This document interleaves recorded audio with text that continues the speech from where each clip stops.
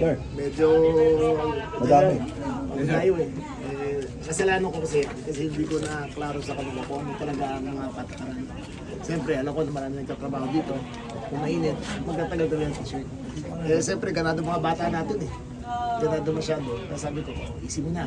Kung nagtatrabaho, easy mo na sila. So, yun yan. Yan ang ano yan eh. Dala yan ng mga pulis na gusto talagang i-push yung tatakaran namin. Kasi dito, lalo na dito sa lugar niya, dito maraming kakasakitan dito eh, di ba? Kaya ito, pinipilit namin ng inuman, yung mga bata, pinapawi namin ng aga. Para naman sa lahat yan eh, hindi naman para sa... Hindi naman po kami against talaga doon. Yung nag-react lang, dapat po warning po muna talaga, di ba? So, ticket po kasi agad, kasi doon po sa Barangay Bagong Silang. Sinisita po nila yan, sasabihin po nila, oh, merong operation yung barangay. So, pwede kang mag-bis muna.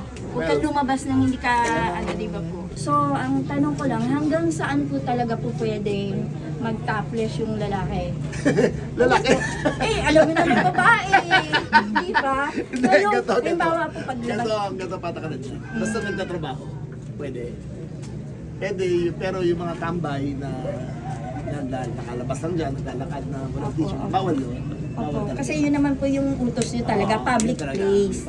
Pero pati po ba yung mga iskinita ngayon, isasakop nyo basta, na? lahat ng iskinita. Public naman to eh, hindi naman private to eh. Hindi, kumbaga po kasi taguna naman po, hindi naman po na ma-expose. Kahit So, tago. yun na Kasi- po yung pinaka-ano Oo, ngayon ayun talaga. lahat. Basta So, sa labas, kahit magsando naman, magsando lang. So, kailangan po pagintuan, kailangan Kailangan nakasuot na naman. po kayo. So, Oo. yun lang po yung dapat po namin malaman. Kasi wala po talagang Ayun nga eh, abiso sa kasi amin. ang ginawa namin biglaan talaga. Panood yun, hindi mo na napabasa sa Facebook. Eh. Yes po. Kaya ikaw na buena mano doon. Nagkamali. Buena mano nga. Lumabas nga sa video, na buena May buena mano ka mano rin, di ba? po, opo. Pero, Paligid sa akin ay may sakit ako sa puso, high blood pa ako biglang tumaas. ilan taon ka na ba? 53. 53. Matagal ka pa. Matagal po. Matagal pa yan. Di ba? Ngayon lang kasi yung araw lang yung sinagkaroon ako ng Gulo sa buhay mo.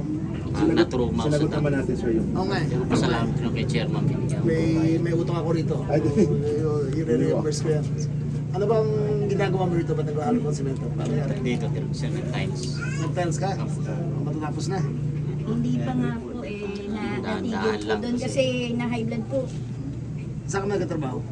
Wala na. Kasi may sakit. Ganito. Nagagamot. Wait, ako may kasalanan sa'yo ha. Magkano para matapos yung tiles nyo dyan? Hindi naman po namin. O sige, ako nang magbibigay sa'yo dyan. Matapos ng lumahin. Huwag ka na matakot ha. Huwag ka na matakot. Basta nasa labas, mag-issue na.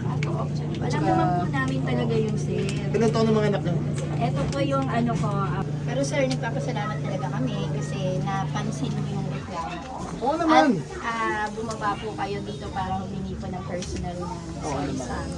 Okay, sige. Maraming salamat. Okay, ayos na tayo ha. Ako wala po sa Ah, virus yes, sir. Fiesta! Ay, Open. thank you, boss. Open Thank you, tayo, ha? thank you, Open thank tayo. you. Salamat Okay. po, salamat. General, okay. Sabi mo, bata natin, huwag masyadong ganado, basta nagtatrabaho. Medyo ano naman, di ba? Pero yung mga siga-siga, hindi pwede yan. Ayun ang, intention naman talaga namin mo wala siga. Di ba, dito naman, nagubi sa siga, sa inuman eh. Diba, mga sa loob eh. Wala naman, sir. Kaya hindi ka nagiinom. Nasa forma mo eh. Deko, kung umiinom po sila ng mga anak ko, dito lang po talaga sa loob ng bahay. Tama yun. Hindi po yan lumalabas para ano. Hindi ka na barkada dito. Hindi ka na barkada. Ayan. Okay. So, ayan. General, Cap, ano yung nagagawin niya ha? Kami